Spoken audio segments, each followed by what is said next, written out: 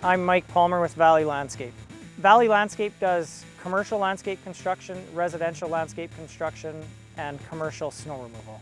We've been in business since 2002, and we've had our first piece of Caterpillar equipment from Finning since 2004, 2005. We were attending some local trade association meeting, and there was a Finning rep came up to me, and he's like, "You gotta try out one of our machines." You know, we were a small company at the time. We had one wheel skid steer, and then the machine went down. In fact, when they took in that machine to get fixed, it never came back to site, and that's when we started with our first Cat, and we've been loyal to Caterpillar ever since. We absolutely love the backup camera on there. The smoothness of the machine as well. It's not jerky. We have very good control of the machine. You can adjust the sensitivity.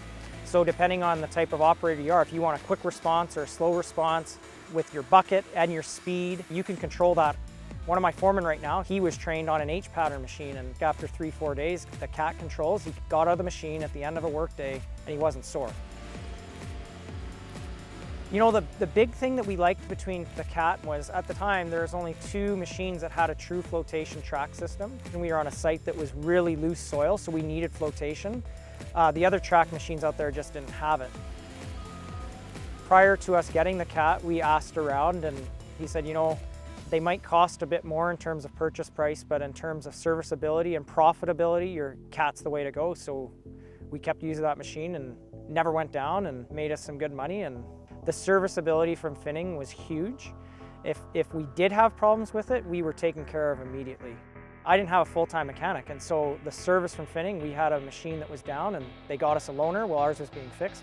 If we wouldn't have had that, I honestly don't know if we would have made the business out of university, because we need the equipment to do the work, and if you don't have the equipment, you can't do the work. I think we sold our first 257, I think it was 5 or 6 years after we had that machine, and we didn't sell it, we just sold it because we needed a bigger machine. But when we went to sell that machine, like the resale value on that was ridiculous.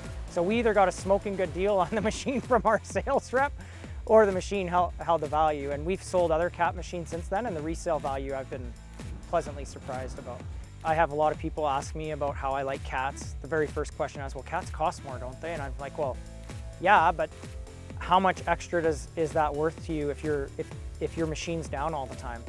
I always look at things in terms of a risk-reward scenario, and you know, I'm not willing to take a risk to save $5,000 or $10,000. That can be eaten up in 2 days of lost productivity. You just have to try it. You have to get in and try it and experience it. The very first Cat that we bought, we were never pressured in heavy sales. It was the machine did the selling.